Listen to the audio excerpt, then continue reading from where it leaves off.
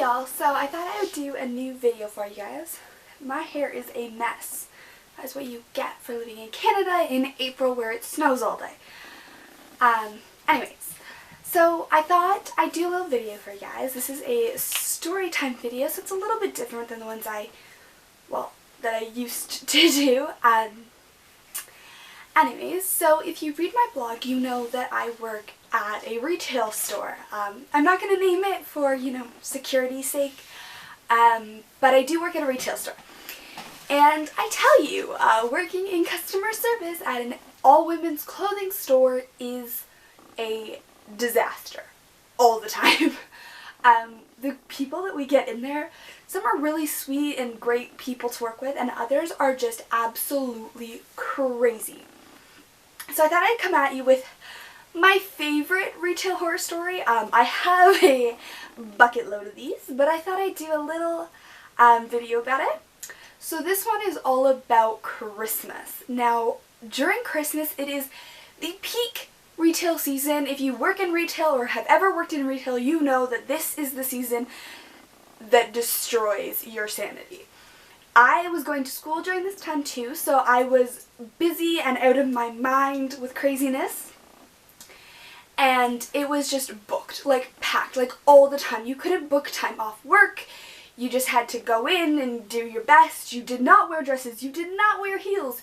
You were running around all day organizing everything. It was a hot mess all month. From about November 28th or so, all the way up to probably like January 8th, your life was just freaking miserable. Now, I do have a lot of energy, and I'm usually a generally positive person, so it wasn't as bad for me as it was for a lot of other women. But for me, even, there were some moments where I just freaking lost it. Like, I couldn't even handle my life at that point. So this story is about Boxing Day. Now, this Boxing Day will stay with me for the rest of my life. Now, I have a lot of family gatherings during Christmas, and Boxing Day is one of them, but luckily it's not one of like the most important Christmas events for me.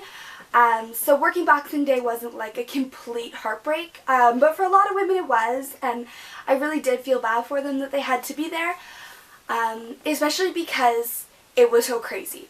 So I got in there at probably like 7:45 or so. I got to the store, and we're having like this little pep rally, and the girls are getting in circles, and we're like hoorahing ourselves and believing we could do it. And at this point I'm in like total fear, because I never worked at a store where Boxing Day was a big deal.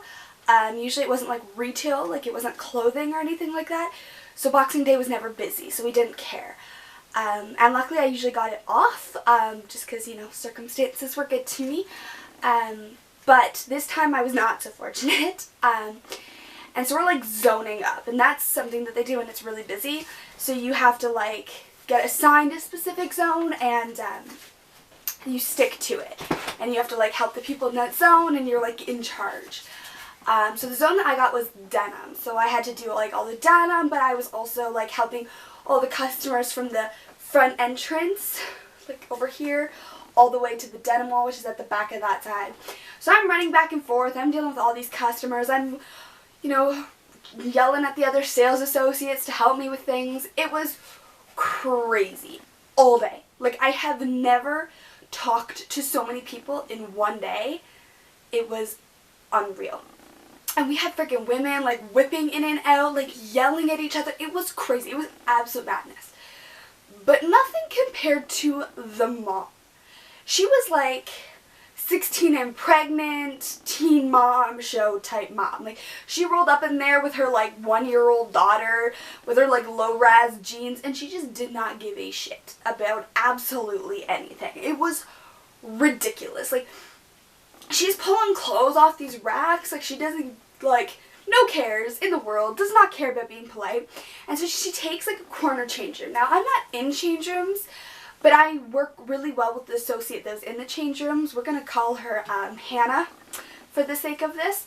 So Hannah's running the change rooms, and she's putting customers in and, like, you know, yelling at us to get other sizes for them and, like, things like that. You know, we're really trying to make it a good experience for the customers, even though it's freaking ridiculous and you can't talk to anybody and nobody knows anybody's name. It's brutal. So she takes up this corner room, and she just, like, stuffs it filled with clothes. And nobody cares, and it's not a big deal. And she keeps coming out to, like, the big mirror that we have outside of all of the change rooms. And she's, like, looking at herself and, you know, like, ooh, I'm so fine and stuff. And I'm like, good for you, girl. You know, you have that self-confidence. But her daughter was staying in the change room as she's coming out.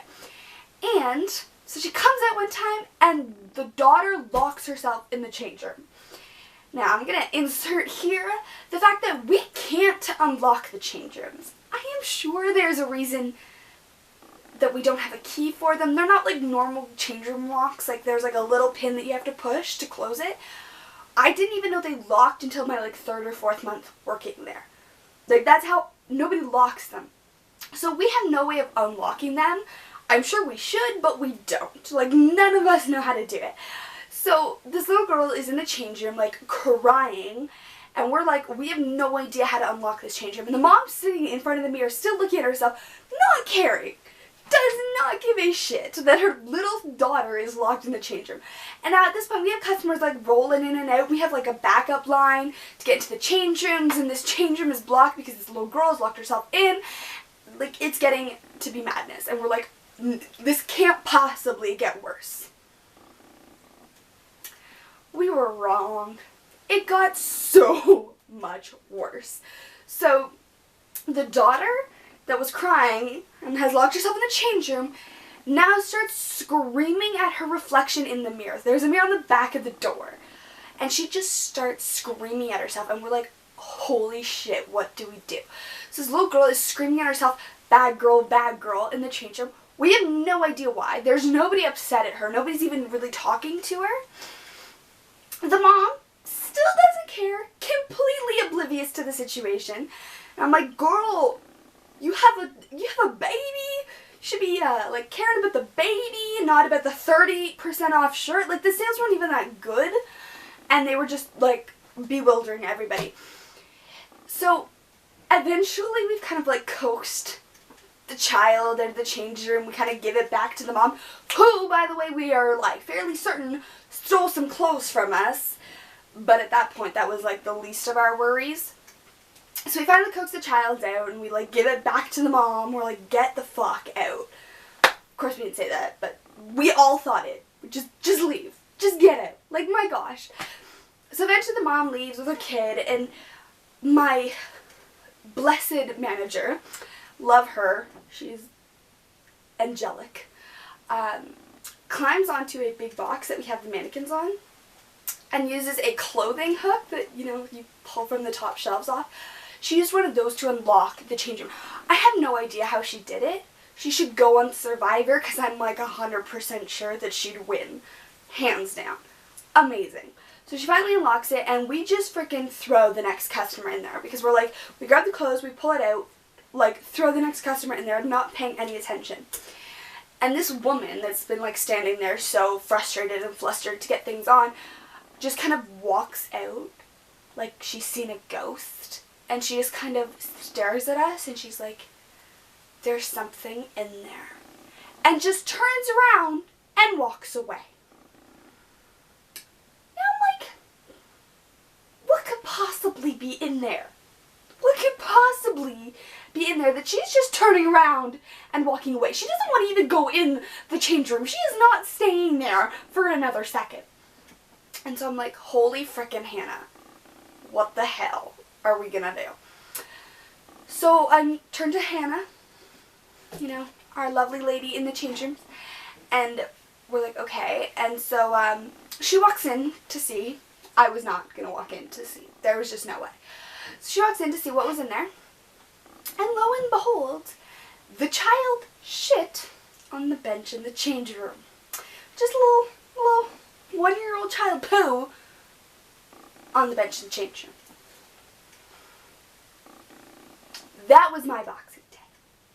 So we're all sitting there, and we just lose it. We've been up since like 6 o'clock in the morning. It has been busy. There's raining of clothes coming down on us like the freaking god of hell of clothing. And we are just sitting there like, this day literally could not have gone worse. There's just no way. So we called our manager over and we're like, wanna look in that change room? See what our blessed teen mom had left us? And so she ended up, being the goddess that she was, cleaned it up for us and we did not have to touch it. And we, sanitized everything. And we called her the Pooper Trooper for the rest of the day. And now, for the rest of my life, I am eternally scared to work boxing.